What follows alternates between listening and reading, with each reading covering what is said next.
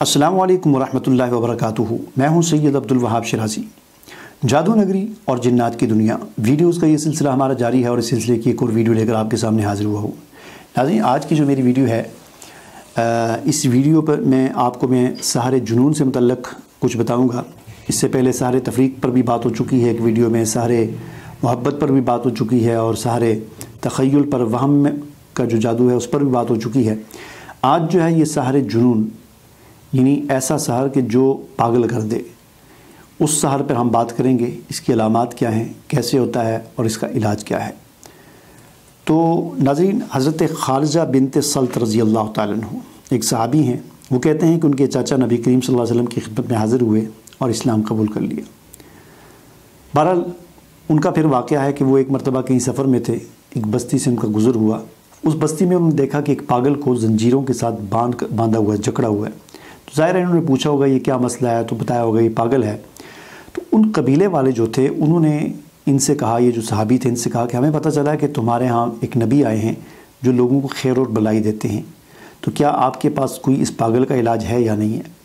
तो वो जो सहाबी थे उन्होंने सूरह फातिहा पढ़कर उस पर दम की। बाज़ रिवायात में आता है कि एक ही मरतबा दम की और बाज़ रिवायात में आता है कि 3 दिन तक उन्होंने उसको दम किया और उसके बाद वो पागल जो था वो बिल्कुल ठीक ठाक हो गया, जिसकी वजह से वो कबीले वाले इतने खुश हुए कि उन्होंने 100 बकरियाँ इन सहाबी को दे दी बतौर इनाम के। ये उन बकरियों को लेकर हुजूर के पास हाज़िर हुए और सारा वाक़या सुनाया।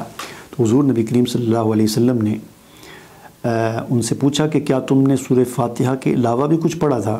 तो सहाबी फरमाने लगे कि या रसूलल्लाह, मैंने सूरह फातिहा के अलावा कुछ नहीं पढ़ा, मैंने सिर्फ़ सूरह फातिहा पढ़कर दम की है। तो आप सल्लल्लाहु अलैहि वसल्लम ने फरमाया कि वो बकरियाँ कबूल कर लो, क्योंकि तुमने बरहक दम किया है और लोग तो नाजायज़ दम करके लोगों का माल बटोरते हैं। इस हदीस से हमें बहुत सारी बातें पता चलती हैं। एक बात तो हमें ये पता चली कि सूरह फातिहा शिफा है और जुनून और पागलपन की जो बीमारी है उसके लिए भी शिफा है। दूसरी बात हमें ये पता चली कि दम जो है ये बरहक है। अगर खालिस कुरान की आयात या खालिस जो है वो मसनून अज़कार जो हैं उनके ज़रिए किया जाए, उसके अंदर अगर कोई मिलावट की जाए, कोई और अल्फाज, कोई और चीज़ें, तो इसकी गुंजाइश नहीं है। तीसरी बात हमें इस हदीस से या इस रवायत से हमें ये पता चली कि अगर कोई लोग राकी को जो सही तरीके से दम करता है उसके साथ तावन करें, तावन कर भी सकते हैं और उस तावन को कबूल करना ये भी जायज़ है। सहरे जुनून जो है इसकी कुछ अलामात हैं। चूँकि ज़ाहिर जुनून का मतलब ये है कि पागलपन जो है उसका जादू। अब पागलपन ज़रूरी नहीं है कि जादू की वजह से हो। जुनून जो है, पागल हो जाना, ये किसी और वजह से भी हो सकता है। किसी को कोई चोट लग गई, कोई छत से गिर गया, उसका सर आके नीचे लगा, उसकी वजह से वो पागल हो गया, या कोई और हादसात की वजह से भी बाज़ औक़ात लोग हो जाते हैं। तो हमें कैसे पता चलेगा कि ये किसी तिब्बी लिहाज से ये इसका पागलपन है या जादू की वजह से इस पर पागलपन है। जादू की वजह से जो पागलपन होता है उसमें जिन इन्वॉल्व होता है। शैतान जो है, जिन जो है जिसकी ड्यूटी लगाई जाती है, जादूगर एक शैतान को भेजता है। अब ये होता कैसे होता है, इस तरह के मसलन कोई आदमी जाता है, किसी के साथ हसद हो जाता है, तो वो चाहता है कि मैंने इस पर जादू करना है, तो वो जादूगर के पास जाता है, कहता है फ़लाँ पर जादू कर दो, उसको पागल कर दो। तो वो जादूगर जो भी उसका तरीक़ाकार होता है वो उसके मुताबिक एक जिन को हाज़िर करता है, उसकी ड्यूटी लगाता है कि तुम जाकर उस पर इसको पागल कर दो। अब जिन क्या करता है, जिन जाता है उसके जिस्म में दाखिल होता है। अगर वो शख्स अपने सुबह शाम के अज़कार कर रहा है, कुरान मजीद की तिलावत कर रहा है, नमाज़ पढ़ता है, तो फिर जिन उसके अंदर दाखिल नहीं हो सकता।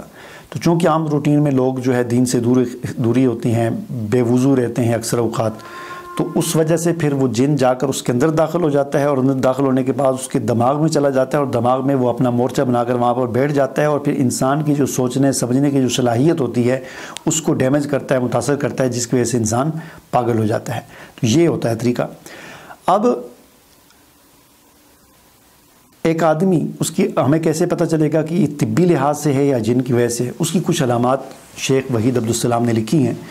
वो कहते हैं कि परेशान ख्याली, कि इंसान को हर वक्त परेशान ख्याल आते रहें, हवास बाख्ता रहे इंसान, यानी हर वक्त डरा हुआ, सहमा हुआ, और शदीद किस्म का निस्यान यानी भूल की जो बीमारी होती है शदीद किस्म की, वो उस पर तारी हो जाए और बेतुकी बातें करना शुरू कर दे आदमी।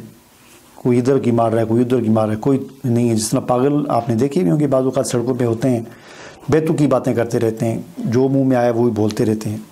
इसी तरह टिकटिकी बांध कर एक चीज़ की तरफ देखना और टेढ़ी निगाह से मुसलसल एक चीज़ की तरफ देखते रहना, ये भी इसकी अलामत है। एक जगह पर न ठहरना, पागल जो होता है, जुनून जो होता है, वो एक जगह पर ठहरता नहीं है, उसको सुकून नहीं होता, वो हरकत में होता है मुसलसल, ठीक है। किसी काम को जारी ना रखना, जो भी काम शुरू करे उसको अधूरा छोड़ दे, जो भी काम शुरू करे उसको एंड तक ना पहुँचाए, अधूरा छोड़ दे, ठीक है। ये भी सारे जुनून की एक अलामत है। अपनी ज़ाहिरी शक्ल सूरत का कोई ख्याल ना रखना। एक आम इंसान जो होता है वो अपना ख्याल रखता है, मेरे कपड़े गंदे हो गए, सर जो है वो गंदा है, उसको कंघी कर ली, दाढ़ी का ख्याल किया, अपना चेहरे का ख्याल किया, हाथ गंदे हैं, मतलब अपना आदमी अपना ख्याल रखता है। लेकिन सारे जुनून जिसको हो जाता है तो वो आदमी को इस चीज़ से बेनियाज कर देता है, उसको कोई पता नहीं चलता कि मेरी क्या हालत है। उसको फिर घर वाले ही बताते हैं, यार तुम्हारे कपड़े, तुम्हारा चेहरा, तुम्हारे बाल, ये वो, तो वो उसको फिर वो करना पड़ता है। इसी तरह सारे जुनून ज़्यादा हो तो मुंह उठाकर चलते रहना और ये मालूम ना हो कि कहाँ जा रहे हैं, बस जिधर मुंह उठाया उधर ही चल पड़े, जा ही रहे, ये सारे जुनून की एक अलामत होती है।